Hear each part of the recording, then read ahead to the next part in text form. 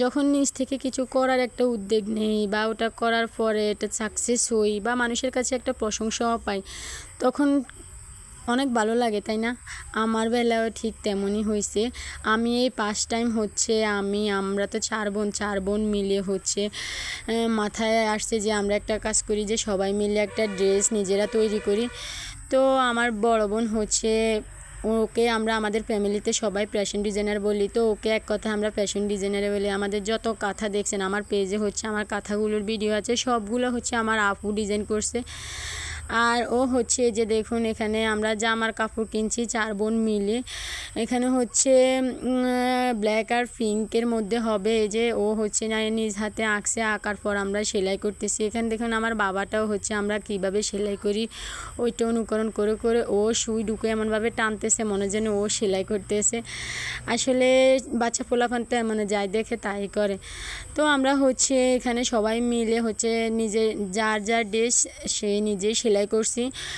আর সবচাইতে এখানে বড় বিষয় হচ্ছে আমরা কখনো জামাতে ডলার বসাই নাই, এবার হচ্ছে ফার্স্ট টাইম ডলার বসাইছি। আর ডলার বসাতেও যে আমরা সাকসেস হয়েছি এটাই হচ্ছে অনেক।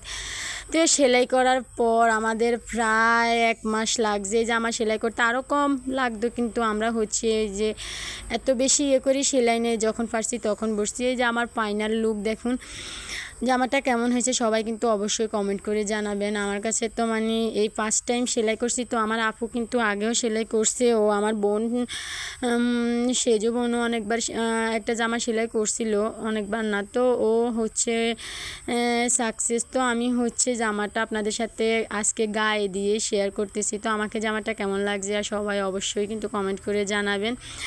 আর আমার এই ভিডিওতে যদি আমি আরও বেশি আপনারা যদি উৎসাহ দেন তাহলে আমি হচ্ছে আরও সেলাই করব, বা আরও এবার থেকে তো ভাবতেছি যে নিজে হাতে সেলাই করিয়ে জামা কাপড় গায়ে দেবো। আর সবচাইতে বেশি আমাদের বাড়িতে বা আমাদের আত্মীয় স্বজন যারাই দেখছে সবাই আমাদের জামাগুলো অনেক পছন্দ করছে। ওড়নাটা তো মাশাআল্লাহ আরও সুন্দর হয়েছে, ওড়নাটা সবাই আরও বেশি পছন্দ করছে। তো আমি হচ্ছে দেখুন জামাটা গায়ে দিয়ে হচ্ছে ভিডিও করছি শুধুমাত্র আপনাদের সাথে শেয়ার করার জন্য। আমার জামাটা কেমন হয়েছে অবশ্যই কিন্তু কমেন্ট করে জানাবেন। আর আমার বড় বোনের জন্য সবাই দোয়া করবেন, ও অনেকটাই অসুস্থ, কারণ ও যদি সুস্থ না থাকে তাহলে আমাদের মাথায় এগুলো আসবেই না, আর এত সুন্দর সুন্দর জামা আমরা পাবো না। তো আজকে এই পর্যন্ত, সবাই ভালো থাকেন, আল্লাহ।